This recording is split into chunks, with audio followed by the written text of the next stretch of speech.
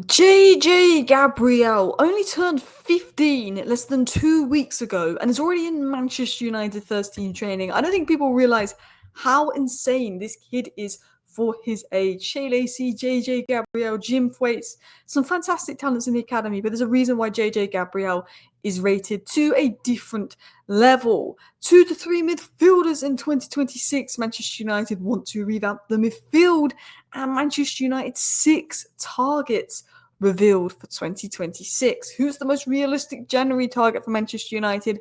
Brighton not willing to sell Baleba in January despite drop-off in form. Who is realistic as United wants a midfielder in January? The number 9 shirt mystery. There's a reason why Man United didn't give anyone the number 9 shirt, and why? Why may that be? Xerxes wants out, but Romano says that Xerxes isn't looking to leave. There's lots of mixed reports on Xerxes that we're going to dive into. So, hello, and welcome back to Alice Talks Football, and welcome back to your 10-minute Manchester United news, transfer news, and update roundup show. If you're new to the channel, I do a 10-minute video every single day, rounding up the latest United news.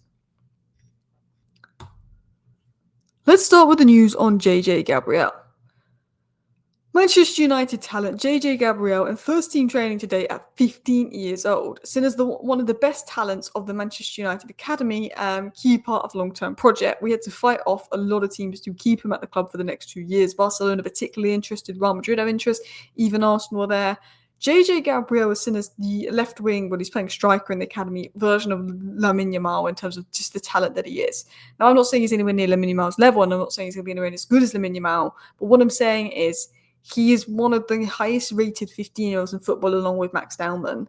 There's a reason why Barcelona want him, because they see him as the long-term maybe left winger. Yamal was the long-term right winger. Like, he's just ridiculously highly rated. And I might do a video actually explaining everything that's going on in JJ Gabriel, and maybe I'll talk about Shea Lacey and the other youth players that could get opportunities this season. JJ Gabriel not expected to get a debut this season, but I could talk about his youth, how he's been doing in the academy, what the plans are for him, what the development pathways for him pre-season next summer. If you're interested, I might do a video tomorrow or maybe across the weekend on JJ Gabriel and what's going on. But I want to get into transfer news, but I thought to start with a positive.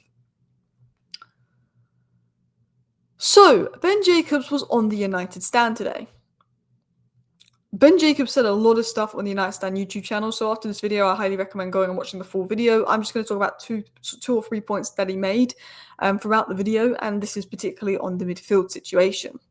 He said, I think Manchester United will be planning for 2 midfielders in 2026, maybe even 3 if you include a young one, but 2 senior midfielders, said Ben Jacobs. I think it is 2 midfielders, long-term Casemiro replacement, long-term Bruno replacement, someone that's good off the ball, someone that's good on the ball. If something happened to Maino or Ugarte, potentially a third as well. But I think it's 2 midfielders. Maybe 3 if it's a young one, but we've obviously signed that Christian guy from Colombia. We've got Sekou Kone. They've got a lot of the young players in the academy. I think it will probably be 2, but I wouldn't be shocked if it's 3 because we signed 3 attackers last summer. We could sign 3 midfielders this summer coming. But he revealed Manchester United's 6-man list: Carlos Baleba, Elliot Anderson, Adam Wharton, Angelo Stiller, Conor Gallagher, and Andre Santos. And if you swapped Conor Gallagher for Manu Kone, I think that is a near perfect list. Now, I think the reason Conor Gallagher's on there is because it's realistic in January because we might be able to get him on loan. He's probably the only one that we can potentially get on loan. So maybe that's why he's there, because it's seen as realistic. But everyone on the list I'm a big fan of other than Conor Gallagher. I think, there's players like Angelo Stiller where it's a risk bringing him to the Premier League, different physicality, but I think he's got technical ability. Like, he's technically got everything we need Stiller.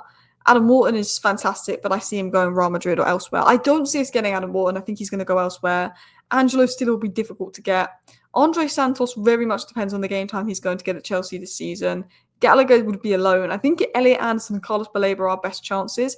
And I could see if Carlos Baleba's form doesn't improve, United really leaning towards Elliot Anderson and then maybe going for Stiller or going for Elliot Anderson and Baleba. I think Baleba's the one that we're quite confident we can beat other clubs to. And I think if Baleba's form picks up, we will be fine. But it's good to see that these are the names on Man United's list, because other than Conor Gallagher, and I think Conor Gallagher's only there because it's seen as a realistic loan in January, these are the type of midfielders we should be linked to. If you swapped Conor Gallagher for Manu Kone, I don't think you could pick a better 6 midfielders unless you went to Real Madrid or Barcelona. Was talking about Pedri, Camavinga, that aren't seen as realistic, or Gravenberg or Tonali. If you swap Conor Gallagher for Manu Kone, I don't think you could name a better 6 players that could be available next summer as midfield options for Man United that tick what we need. Ederson doesn't tick what we need. Palhinha doesn't tick what we need. Agate doesn't tick what we need. Gallagher doesn't tick what we need. But this is an encouraging list. Continuing on, what has been said on Gallagher? Ben Jacobs spoke about Brighton not willing to sell Baleba in January. That would be a summer move. Elliot Anderson's been told to stay put at Forest for the rest of the season, and then he can go, play for England potentially in the World Cup. Adam Wharton isn't expected to go anywhere in January. In fact, Ben Jacobs pretty much said that no one on the list is expected to go anywhere in January, but maybe Conor Gallagher. He said, if Atleti open the door to do a loan formula for Conor Gallagher this season, I think it's a deal United will do. I am not against Conor Gallagher coming in on loan if we really need him to come in on loan. But I don't think Conor Gallagher is better than Maino. And I'm not convinced he's better than Agate. Like, we're looking at Casemiro Bruno, the pivot's not working. We need someone to come in. Conor Gallagher doesn't improve that. Conor Gallagher and Bruno isn't improving on Casemiro and Bruno. I don't think Gallagher's better than Maino. He's got the work rate that Amorim wants, but that's about it. For me, I'm not against doing a loan for an extra body in midfield, particularly if we get an injury, particularly if we let Maino go out on loan. But I'm telling you this now. Imagine loaning out Maino and bringing Conor Gallagher in on loan. I just couldn't get my head around it. I wouldn't go for Conor Gallagher. I don't think he's good enough. I don't think he's what we need. I think he's got, he's better off the ball than on the ball. It doesn't make sense to me. Like, I'm not against the Gallagher loan, but once if Gallagher comes in alone and that ruins Maino's opportunities and we force him to stay, I just think the midfield, we need someone to come in. We need someone to come in of a quality that we're like, yeah, Manu Kone's a different quality to Gallagher. Baleba's a different quality, even though he's been poor this season. Elliot Anderson's a different quality. There's a reason why Atleti want to loan him out, because he hasn't been great. Anyway, I want to talk about a few other things Ben Jacobs had said. Now, this is the last thing I'm going to touch upon that Ben Jacobs has said, but he said loads of things. So make sure you check out the United Stand YouTube channel to watch that. But he said on the number 9 being free, they've left it for a reason. He's basically saying Man United have left the number 9 shirt free for a reason. And there is talk of us going for a second striker next summer. Xerxes to go, looking at someone to play with Sesko next summer. I think if we get Champions League or Europa League football, United will be looking at another striker. I think we'll be looking at 2 midfielders, but potentially a wing back, another striker, potentially a centre back, depending if we're in Europe, we want to do a bit more. Ben Jacobs is suggesting, look, there's a reason number 9 shirt's 3. Maybe it's for Sesko next year. Maybe it's because we're going to do something. Who knows? But look, there's been links to Harry Kane. Harry Kane's open to returning to England. Who knows? Would love Harry Kane. There's links to Lewandowski today and reports that United were interested in Lewandowski today, but it was like gutter tier sources, so I'm not giving that much attention. But it'll be interesting to see. Let's continue on into the next story. So, quite a few things has been said on Joshua Zirkzee today. Rich Fay said that Ruben Amorim reportedly views Zirkzee as something other than a traditional 9, believing he lacks the physical presence required to lead the line in his system. So, Ruben Amorim does not rate Zirkzee as a 9. Considering Cunha's second choice after Sesko, we can see that. Ben Jacobs said there's a realistic chance that Joshua Zirkzee leaves Manchester United in January, and the player's perspectives, a bit like Kobbie Mainoo, is he wants to go out on loan to boost his chance of playing for Netherlands in the World Cup. Netherlands don't have great attackers. Zirkzee's good enough to get in that World Cup squad, but he's not going to get in that World Cup squad if he's not playing minutes and he's not sharp. I think the problem that Zirkzee has is he's not better than Cunha, he's not better than Sesko, and he's not better than Nabumo. He might be a bit more developed than Sesko in certain aspects of the game, but he's not going to get in the team because Amorim doesn't see him as better as those players. Amorim would probably then go Ahmad right tennis and Bouma's out, and Mount left tennis Cunha's out.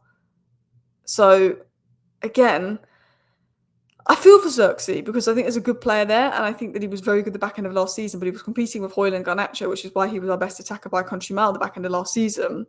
But it's clear that Amorim doesn't view him as a 9, but then doesn't also view him as a 10. He's like 3rd in every position under Amorim, and when you're not in Europe, you're not going to get those chances. So I think Mainoo can stay because I think Mainoo's too good not to break into the lineup, and we're very thin in midfield. But I think Zirkzee probably will go in January because he's not going to get the minutes. He's not even getting off the bench. And I like Zirkzee, and I think he's a good player. I think Zirkzee needs to run a games to get up to match fitness. But at the end of the day, he's not better than Cunha. He's not better than this player. He's not better than that player. And that's probably where he'll go. Continuing on, according to Cross Daily Star, Zirkzee were asked to leave Man United in the next transfer window, and West Ham are leading the race. However, Romano contradicts that and says, as of today, Joshua Zirkzee is not asked to leave Man United, but this could be a possibility between now and January. So Romano is saying he's not asked to leave Man United now. He's not put in a transfer request yet. But if we get to December in a month's time and he's still not playing, it's very likely he could hand in a transfer request. Anyway, thank you for watching today's video. Please do go ahead and hit that like button if you have not already. Feel free to subscribe down below if you're new. See you next time. Bye.